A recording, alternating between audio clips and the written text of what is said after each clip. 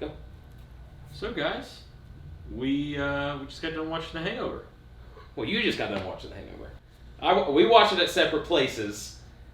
And, listen. So, we decided to watch The Hangover because, yes, it's the 10-year anniversary, kind of. Yeah, I mean, not like to the date or anything. But it's been 10 years since it came out. Yeah, and, there wasn't really a movie that we particularly wanted to spend money on to go see. So we were like, well, let's try and find something that there's like an anniversary for. And we were going on Netflix, and on the trending category was The Hangover, and we noticed it was 2009. We were like, oh, it's been 10 years since The Hangover. And now, how long had it been since you had seen The Hangover? For me, it was probably back in January, February, but before that... Of this year? Yeah. Okay. But before that, it had been almost 10 years since I had seen it. Yeah, I saw it in theaters, and then I saw it when it came out on Blu-ray, or came out on DVD, and then I hadn't seen it since. Really, I saw the second one in theaters. It killed it for me. I was like, I don't even... See, that's fun, because I had seen... Let's see, the last time I saw this one was 4-ish years ago. And I agree. Like, you didn't even see the third one. I saw the third one in theater, and it's even worse. Like, this is a movie... no way it's worse than the second one. It's not great. I mean, the second and third one kind of blurred together for me, because it's just like, these are bad. The second one literally was the same exact movie as the first one, except they were like, let's just put it in Thailand. What I will say, though, is watching this, when I watched this back in January, February, I had the same reaction as if I was watching it for the first time, and I was almost in tears. Like, dude, this might be, if this was just a standalone movie, this might have been, and I still think it is, I think you have to consider it a standalone movie, it might be the greatest comedy ever made. I'll make that bold statement. It's in that category. It's got to be in the conversation. No, it's in the conversation of, like, great comedies. I don't know if I put it the greatest of all time. Like, that's a bold statement. It is a bold statement. I know. And I'm making it. Okay, champ. Let's just calm down. But, yeah, it had been, for me, it had been like 4 years. And, yeah, like, rewatching it, it was like refreshing that, like, all the jokes were landing. Yeah. And there were things that I had just forgotten about. Like, there are just certain lines, specifically that Galifianakis has, that I just completely forgot about, and they were just killing me. Yeah. And it's completely worth going back and rewatching, and it really does suck that the second and third ones came out. It's in a weird way, it's what happened because this movie was so successful. Yeah. That obviously it was a huge movie. That people were like, we want to see more of these characters. Now, I agree with that sentiment because the chemistry between Galifianakis, Bradley Cooper, and Ed Helms was so... In the first one, in particular, like in the second and third one, it really felt like they were just like phoning it in almost. But in this one, it was so like genuine and natural, and they were so good. It was like watching together. It was like watching a group of friends. Yeah, well, two friends and then just this oddball. Yeah. And this is another thing that is in complaint about the second and third one. For me, this is what I thought about. Alan, Zach Galifianakis' character, in the second and third one is like a psychopath. In the first one, he's just a weird dude, you know? But he seems to genuinely kind of like mean well. But in the second and third one, he's just nuts.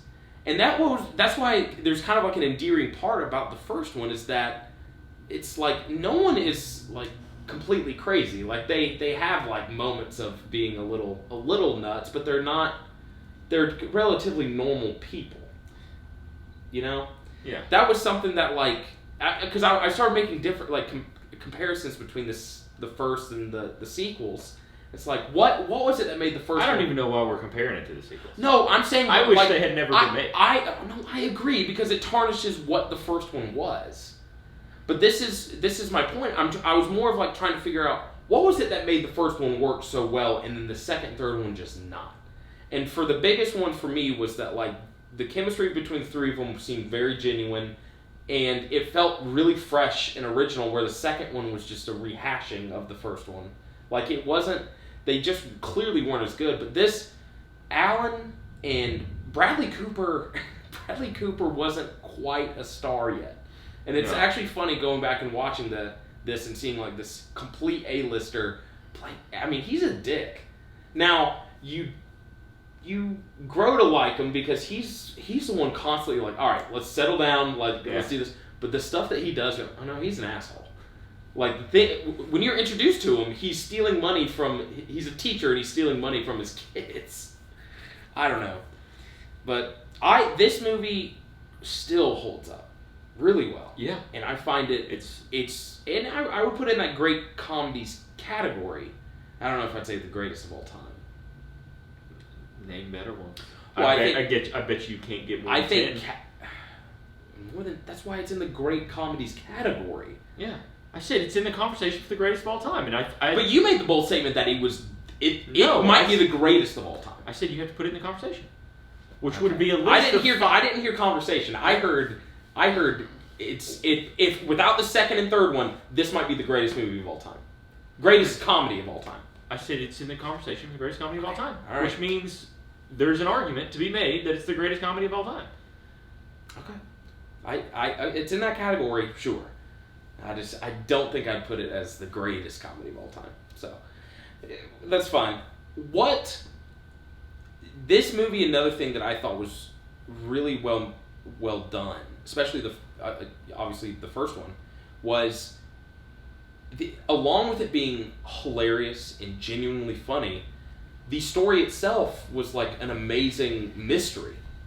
Yes, it was. It was a comedic mystery. Like the story that was going on, you were genuinely worried about what happened to Doug. Well, at first it's just you're so not focused, but you're just laughing and you're laughing. But as it's going on, you're like, because they're piecing together. Like Doug's missing. Yeah, you're like, where is he? You know, like you genuinely start to become invested in their like little investigation of, okay, we were at Mike Tyson's house at 3:30, and Doug was still with us. Where's Doug now? You know. Yeah, and it was cool how that's how they decided to piece it together. Was like they just had to recount the night where they went, and then they were able to go.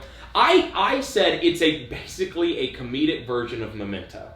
You start at the end of the night, which is you start in the morning, and then they're piecing as a viewer, you're piecing together what has happened through the night to try and figure out how you got to this point. And that's how it was. And it's even then, like watching it 10 years later, I still had that same feeling of like there's a little nervousness that was like, oh, how are they going to find Doug? Mm-hmm. Even though you know how they're going to find Doug.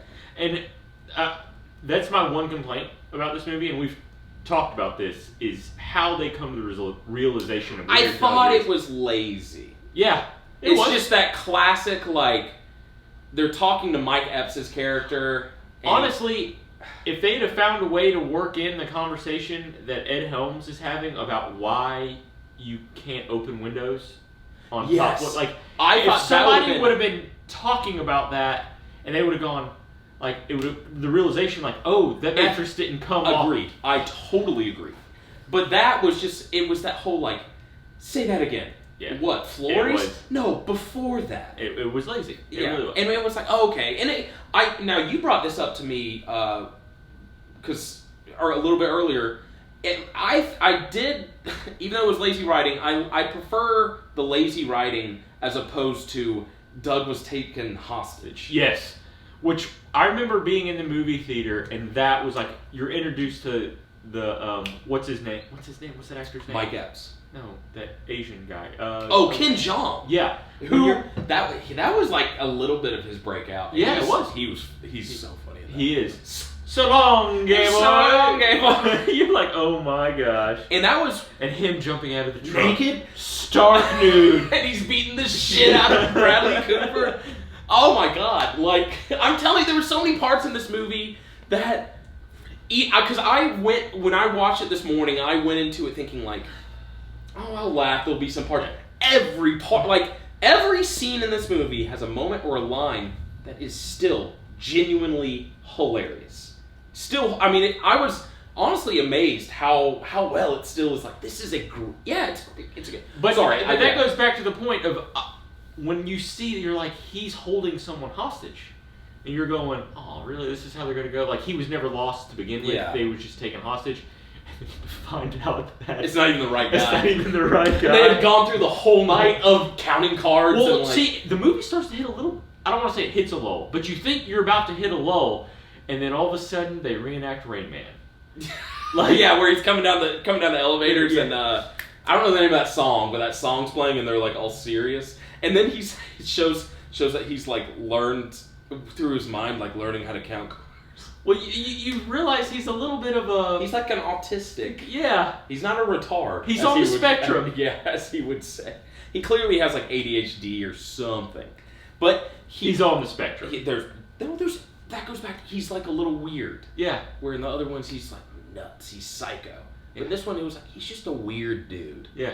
And I always think I liked too. He makes some statements at the beginning where like, oh, he's a pedophile. But then later on in the movie, it's like, oh no, I found a kid wants a coffee bean, and it's like, oh, he got in trouble with a child because he just picked up a kid at Coffee Bean because he's a weird dude and he thought he found a kid at Coffee Bean. Speaking of the baby, the line that actually really killed me, which was this movie was really well made too.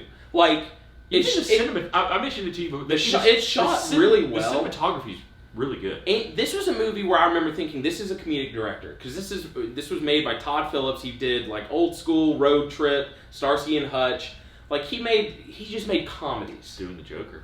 And that's just it. This was the first time I had watched The Hangover and thought, this guy could probably do a drama. And then he did War Dogs, which was like kind of crossing over. Like there were some comedic elements. It was okay. The story of War Dogs itself isn't. But now he's doing the Joker, right? Which is something I'm looking forward to a lot. But going back to how well this is more has to do with editing that I liked, which was or editing or writing is how the scene opens up where they're trying to go back and find Heather Graham, and they have Carlos, the baby, and you just hear the tail end of a conversation of Zach Galifianakis going, it's Magnum P.I., the Jewish guy, and Ted Danson. And they're like, shut up, Alan. And he's talking about 3 Men and a Baby, and he's trying to say, like, they're 3 men and a baby. Like, I thought that was so funny to me, that he... The other part, and it's in that same, it's a sequence there, because that happens, and then she goes, oh, it's Troy. You brought him home. No, it's like, I don't think it wasn't Troy, but it was a very normal name. Pretty sure it's Troy. I don't think it's not. Okay. Troy, I'm telling you. But there's like there's a bit of sadness. And he looks at it, he goes, Phil. And Phil goes, I know. I thought Carlos was better too. And I love how Phil just knew that that's what was bothering him. Well, that goes back to Phil is like an ass, but he also like he liked Alan for who he was. Because he was like a weird dude, but he goes like they're sitting there. Well, no, I think it's. I mean, you know people like that. He's like, yeah, he's an asshole. But like with you and your friends, like he's a good guy. It's just how he approaches the rest of the world. Mm-hmm. But you have that friend, and you go, God, you're a dick. Well, that goes back to that line in Hot Time Machine, though. You know how every friend group has that asshole? He's our asshole. Yeah. And Bradley Cooper's character is the asshole of the group. Yeah. Would you say Galifianakis is the standout? Yeah, well, I mean, this was his coming out. Well, see, that was the other cool thing that... We knew him from his stand-up going into this. Yeah, and most people didn't... That was what I think caught people by surprise. Was usually in a movie like this, that crazy character was set aside for a kind of... Not an A-lister, but someone that was really well known. And Galifianakis really was only known for his stand-up. And so, people going into this movie, everyone at the end was like, Who was Alan?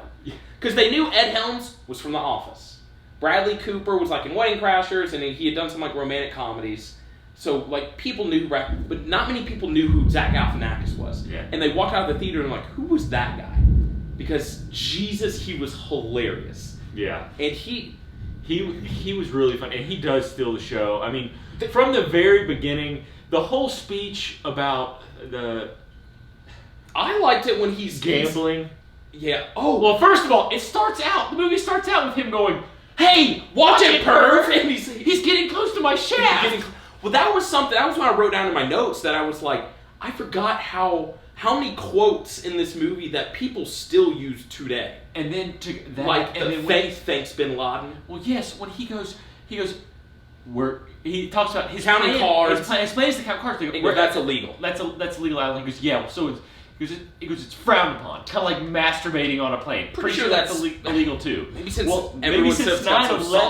Yeah, maybe since 9/11, everybody's gotten so soft. Thanks a lot, Bin Laden. And you're going, oh my God, this is how this is gonna be. And then he gives his Wolfpack speech, and then he cuts his whoa. And he's got his satchel commentary about Indiana Jones has it's a satchel like Indiana Jones. He had so many. And the pager moment, and the concierge. I was reading how, even up until recently, at Caesar's Palace, people still come in and ask the concierge, is this place pager friendly? And I'm sure those concierges are like, kill me. And honestly, that's another thing that this movie is. It's an advertisement for Vegas. Oh, it is. It's a huge one. It's like, do you just want to go have a wild time? Go to Las Vegas. Mm-hmm. And that's... It makes you wonder, did they film? Did Caesar Palace comp them rooms? Did they? Some of those photos at the end seemed a little too realistic. And to the point where I was like, I do wonder if one night Galifianakis, Cooper, and went out drinking. And Todd Phillips, the director, just went out and just did crazy shit. Because some of those photos seemed kind of staged. But some seemed a little bit like candid photos. There's a picture, and it's like in the background, and you see Bradley Cooper with the drink in his hand, and he looks blitzed, and the strippers in his lap. But he had he's a recovering alcoholic. So that's where I'm like, it has to be staged. But that's where it's just like, that's good, I guess, photography, because a lot of that, there were some looked candid. Some looked like we captured someone hammered at a strip club. Mm-hmm. I don't know. What would you give this movie an A? Yeah. I don't know.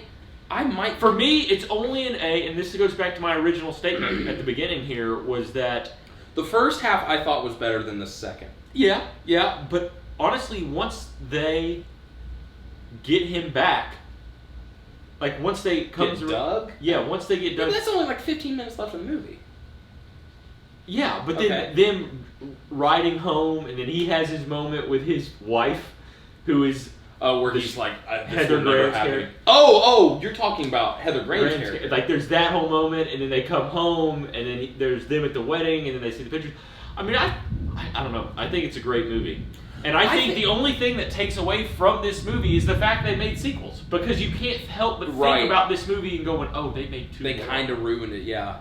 I don't know. I think... But if you look at it for just what it is, standalone, this was the only movie, this is It's a great comedy.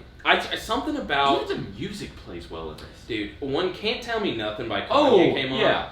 I was so... I immediately wrote in my notes, I was like, oh, the soundtrack for this movie was perfect for that era. Because it had Can't Tell Me Nothing, it had Live Your Life by T.I., it had Yeah by Usher, it had...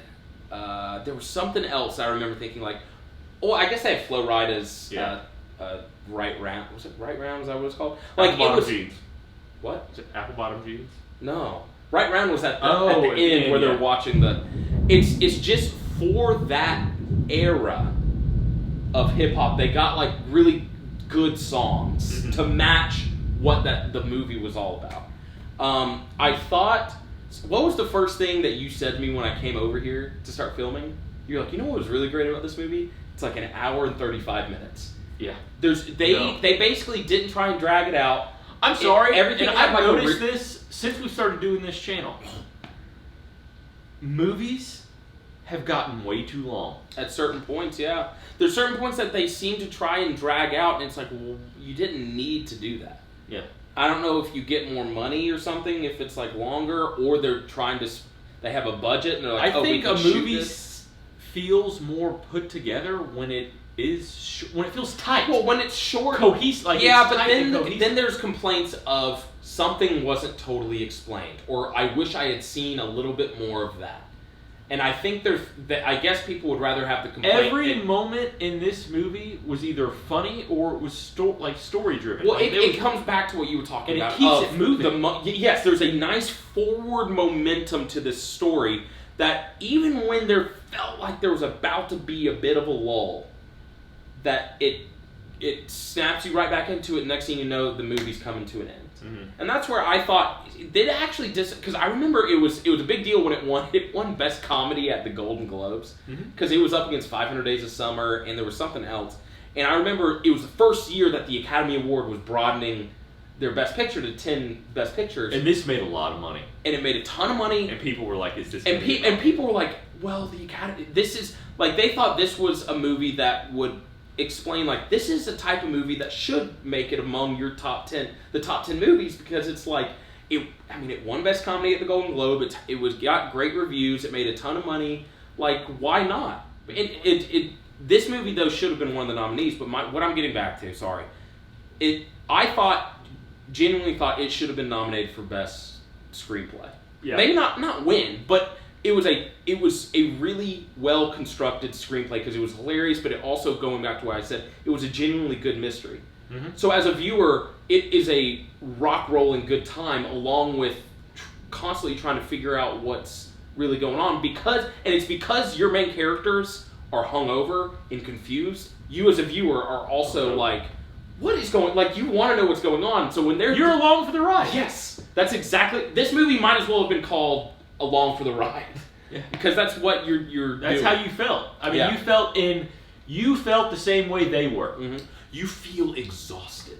That was something else too.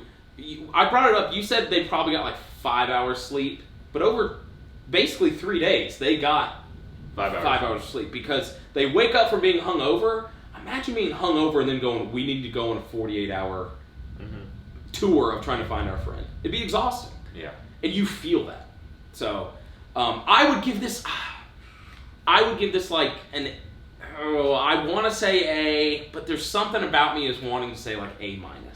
I don't know what it is. Give it what you give it. It's an A. Yeah, I mean it's not a B. Like and honestly, I think I appreciate it more now for some reason because after watching it and seeing it that it held up, I was impressed. Well, like I said, when I rewatched it back in January, February, I was like, oh my gosh. That's when I always thought it was good, and I always really liked it, but it was the rewatch after like 9 years, and I rewatched it, and I was like, oh, no, this isn't just good. This is really good. It's really fun. And then rewatching it again today, I just nailed it home for me. I was like, no, this is it. This is why I say it's in the conversation for one of the best comedies ever. Yeah. So I mean, it's great. It's really good. It's really good. But watch it. It's on Netflix. Again, this is a weaker weekend, not unless you feel like going to see Crawl. Which apparently got decent reviews. But yeah, it's just, this movie, didn't it recently get added to Netflix? It's on the recently Because I saw it was on trending. It was on the trending category, and I was like, oh. I noticed it this week, so it might have come out for July. My guess is that it was new for July. But yeah, watch it. I guarantee if it's been a while since you've seen it, do yourself a favor and watch it. Just enjoy yourself. I basically had myself a nice little afternoon of like, oh yeah, this movie was so much fun. So, all right, we'll catch you next time with OurTake. See ya.